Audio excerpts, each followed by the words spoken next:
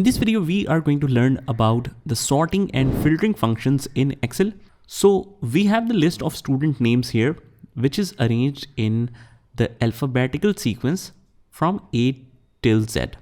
But if I just want to sort these names, what we can do is just right click here, click on sort and click on sort A to Z. What you will notice that automatically not only it sorted these students by name, but also all the data will change accordingly.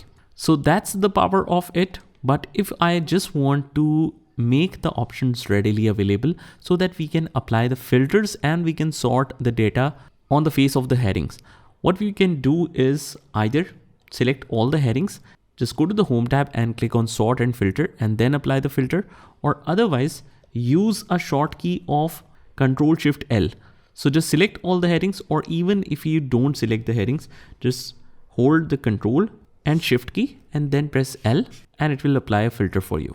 So here now we can easily sort this smallest to largest. Let's say I want to arrange this by mathematics number. You want to sort it by color, or let's say that I want to put all the fails and all the pass together.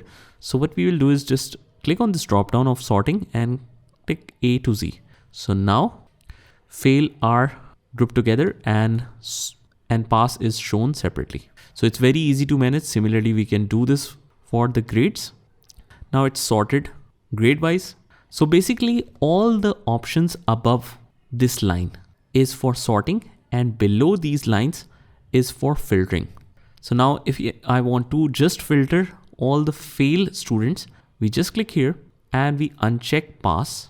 So this means only failed data is selected. Click OK. And now we have only the data for fail that we can filter. Whenever you have checked it completely, or you, let's say, printed out the report, after that, if you want to clear this, you just click on here and click on clear filter from status, and then you should be able to see this again. Same thing in the grades. Let's filter it by grades. Let's say that I want to see who obtained A+. Click OK. So these are a couple of students who obtained A+ grade in class. So that's how you can do this.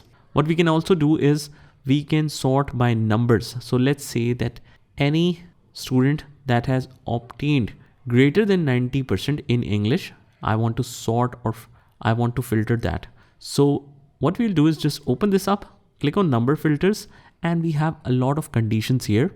Greater than or equal to, I'll select 90, click OK, and then it will filter all the students who have obtained more than 90 marks in English. So that's how easy it is to look for different data.